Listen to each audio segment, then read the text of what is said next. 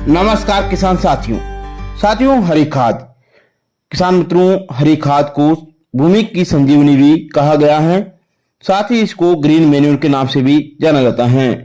किसान साथियों, हरी खाद सबसे अच्छा, सरल एवं कम लागत वाला एक ऐसा तरीका है जिसके माध्यम से भूमि को उपजाऊ बनाया जा सकता है। किसान साथियों, इसके प्रयोग से भूमि में देसी केंचुओं की संख्या में वृद्धि होती है तथा फसलों के लिए आवश्यक सभी मुख्य एवं सूक्ष्म पोषक तत्व जैसे nitrogen, phosphorus, potassium, molybdenum, sulphur आदि तथा organic carbon, enzymes, vitamin, hormone, विभिन्न मित्र बैक्टीरिया और विभिन्न मित्र फंगस, ऑर्गेनिक एंजाइम्स आदि की वृद्धि हो जाती है तथा हमारी भूमि उपजाऊ बनती है। इसके साथ ही किसान साथियों, हरी खाद से हमारी मिट्टी में खरपतवारों की समस्या भी कम हो जाती है। किसान साथियों, इसके लिए हमें गेहूं की कटाई के बाद पानी की व्यवस्था वाले क्षेत्रों में अप्रैल मई महीने में तथा सूखे क्षेत्रों में मानसून आने पर हरी खाद की बुआई करनी देनी चाहिए।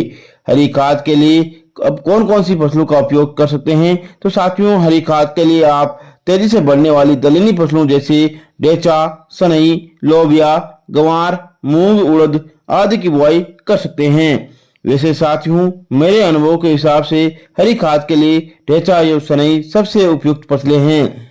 किसान साथियों, ढेचा एक ऐसी फसल है जो अंकुरित होने के बाद पानी की कमी या सूखे को भी सहन कर लेती हैं। ढेचा नाइट्रोजन का प्रमुख स्रोत है। 1 हेक्टेयर के लिए ढेचे के 60 किलोग्राम बीज को उपयुक्त रहता है। साथियों, इससे 20 से 25 टन हरा पदार्थ प्रति हेक्टेयर एवं लगभग 85 से 105 किलोग्राम नाइट्रोजन प्रति हेक्टेयर अपने को हमारे खेतों में मिल जाती हैं। किसान साथियों, इसके अलावा अपन हरी खाद के लिए सनई, जिसे हम सन हेम्प के नाम से जानते हैं, इसका भी उपयोग कर सकते हैं। साथियों, सनई के लिए 1 हेक्टेयर में लगभग 80 से 90 किलोग्राम बीज की आवश्यकता होती है।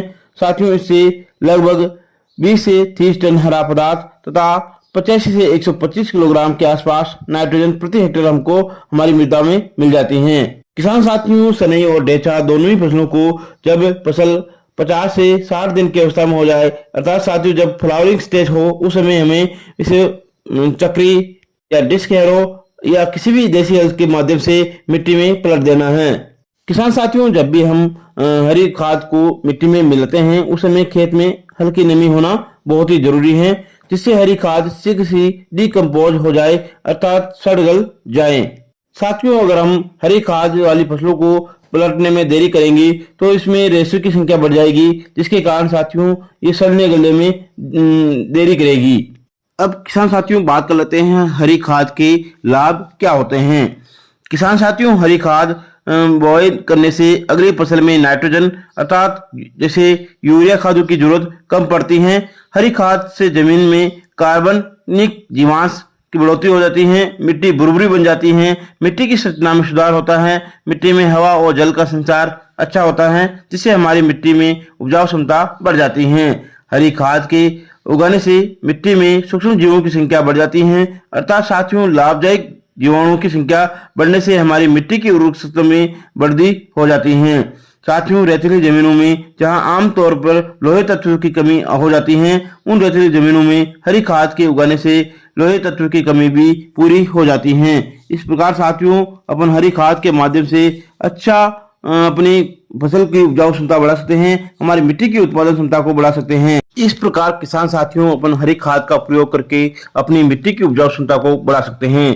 किसान साथियों, अगर मैं डेचा की उन्नत किस्म की बात करें तो इसमें पंत डेचा 1 आती हैं और हिसार डेचा 1 आती हैं। साथियों, डेचे की फसल को अपन को उगाने के लगभग 50 से 60 दिन की अवस्था में जब उसमें फ्लावरिंग स्टेज शुरू हो जाती है, उस समय अपन को इसको मिट्टी में पलट देना है। वहीं साथियों, अगर हम सनई की उन्नत किस्म की बात करें तो नरेंद्र सनई 1 आती हैं, इसकी अपन बुआई कर सकते हैं। इस प्रकार साथियों, अपन हरी खाद के माध्यम से अपनी खेतों की मिट्टी की उपजाऊ बना सकते हैं। इस प्रकार साथियों, अगर आपको ये जानकारी अच्छी लगी तो आप हमारे कृषि खेती यूट्यूब चैनल को सब्सक्राइब जरूर करें, लाइक करें और शेयर करें। जय हिंद, जय भारत, जय किसान।